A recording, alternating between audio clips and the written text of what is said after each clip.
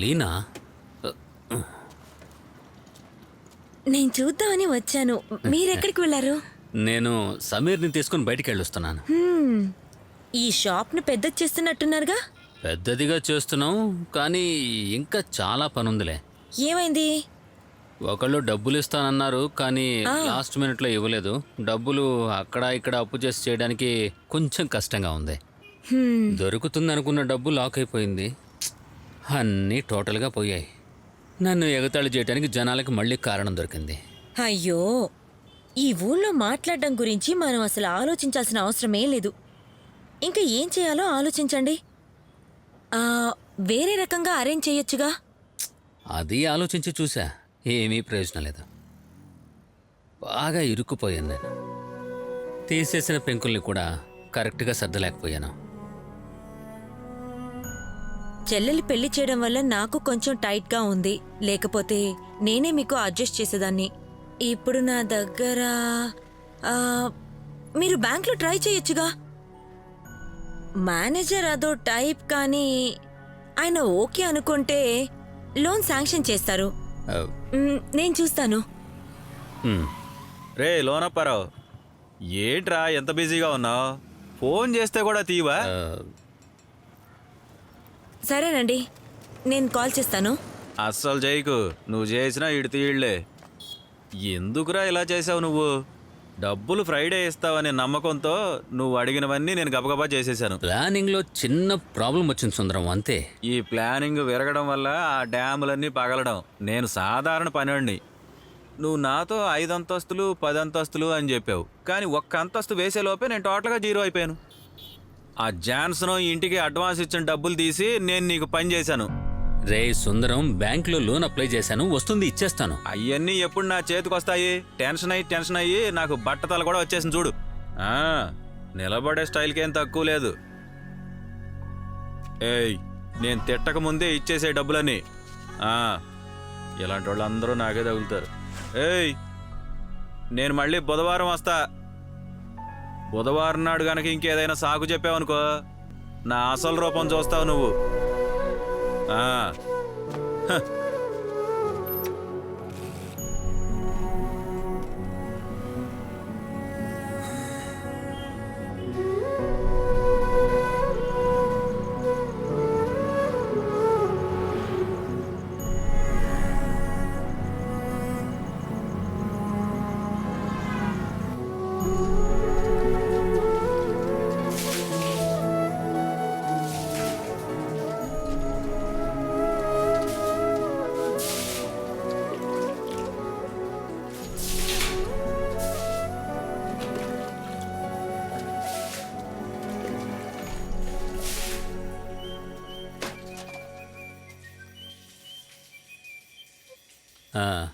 Hello లోనప్పారావు గారు, రేపు షాప్లో ఉంటారా?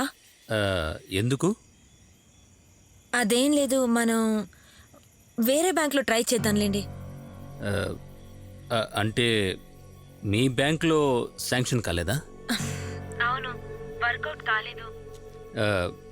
నేను రేపు ఇంటికి వచ్చేస్తానులేండి. అక్క, ఒకసారి ఏంటక్కడ అరుపులు వినపడుతున్నాయి? అది మా చెల్లెలొచ్చింది, అందుకే. ఓ, అయితే అందరూ సంతోషంగా ఉండుంటారు. Good night. Good night.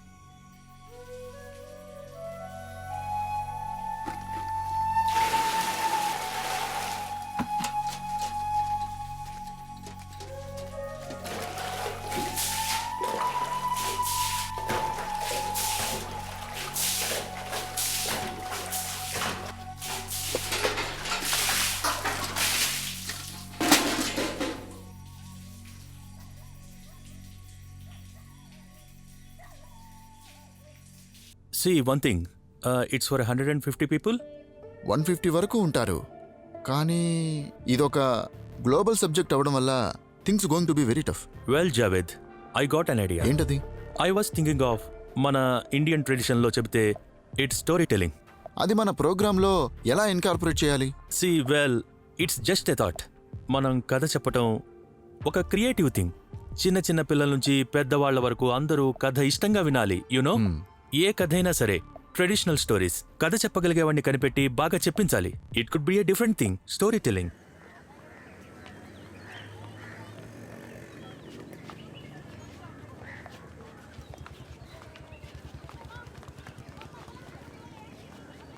Hello, చెప్పండి సార్. నేను ఆ ఫామ్ ఇక్కడికి తీసుకొచ్చాను. ఆఫ్టర్నూన్ లోపల సబ్మిట్ చేయాలి. లేట్ అవ్వకూడదు.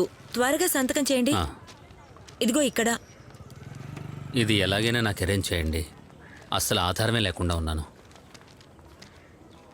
ప్రభు ఆశీర్వాదం ఎప్పుడు ఉంటుంది.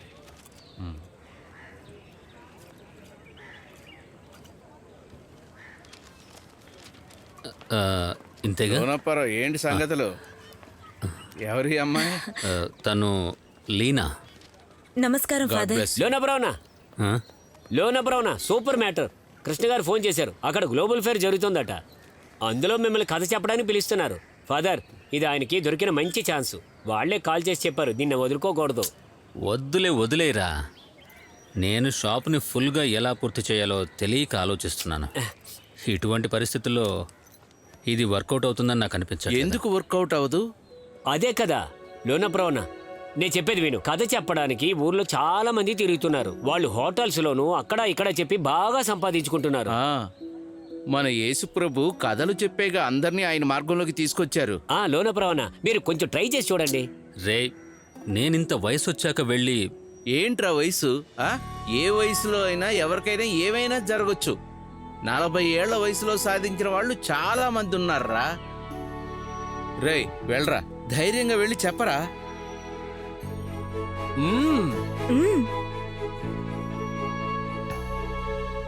అంతా మంచి జరుగుతుంది.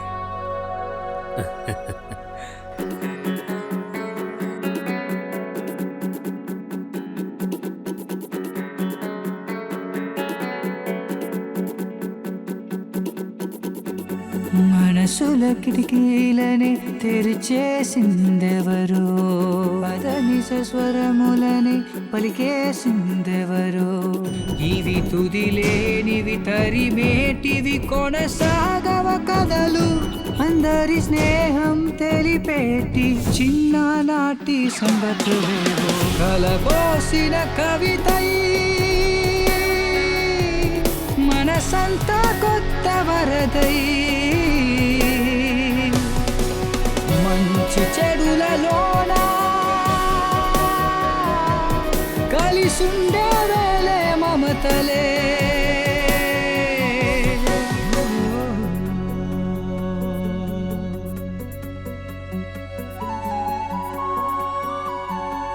మాస్టర్, లోనప్పారావుని, మీ స్టూడెంట్ టాల్స్టాయ్ని.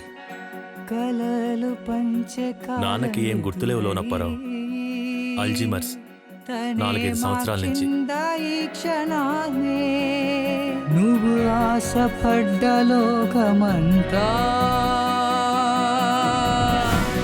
కళ్ళ ముందే మెదులుతూ ఉంటే సాధనే చెయ్యవా ఊర్పుదు నువ్వే.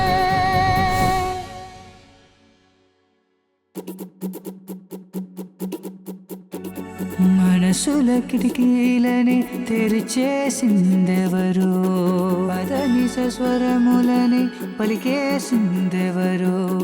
ఇవి తుదిలేనివి తరిమేటివి కొనసాగవ కథలు, అందరి స్నేహం తెలిపేటి చిన్ననాటి సంగతులేవో. కలబోసిన కవితై మనసంతా కొత్త వరదై, మంచి చెడులలోన కలిసుండే వేలే మమతలే.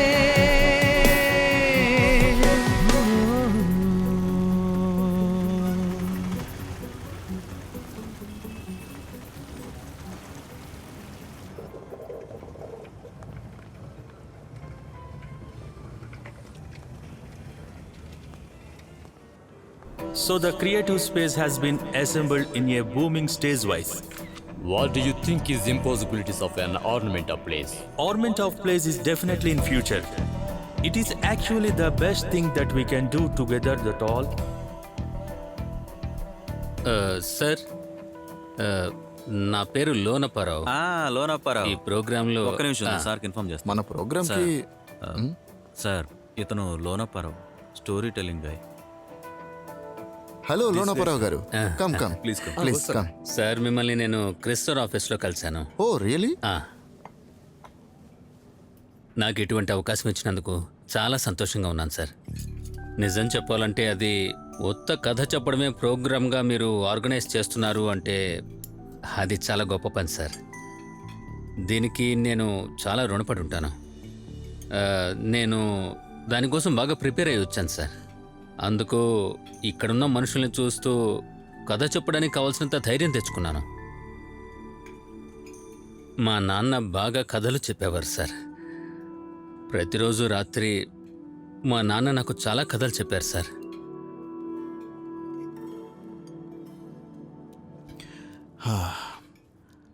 నేను మీతో ఒక విషయం చెప్పాలనుకుంటున్నాను. ఈరోజు ఈ ప్రోగ్రాం జరగడం లేదు. నేను ఆ ప్లేస్లో వేరే ప్రోగ్రాం ఇన్స్టాల్ చేయాల్సిన పరిస్థితి వచ్చింది. అది నేను మీతో చెప్పడం మర్చిపోయాను. బయలుదేరేటప్పుడు సౌకిత్తో చెప్దాం అనుకున్నాను, కానీ ఐఎమ్ సారీ లోనప్పరావు. అటువంటి వేరే ప్రోగ్రాం వస్తే నేను డెఫినెట్గా కాల్ చేస్తాను.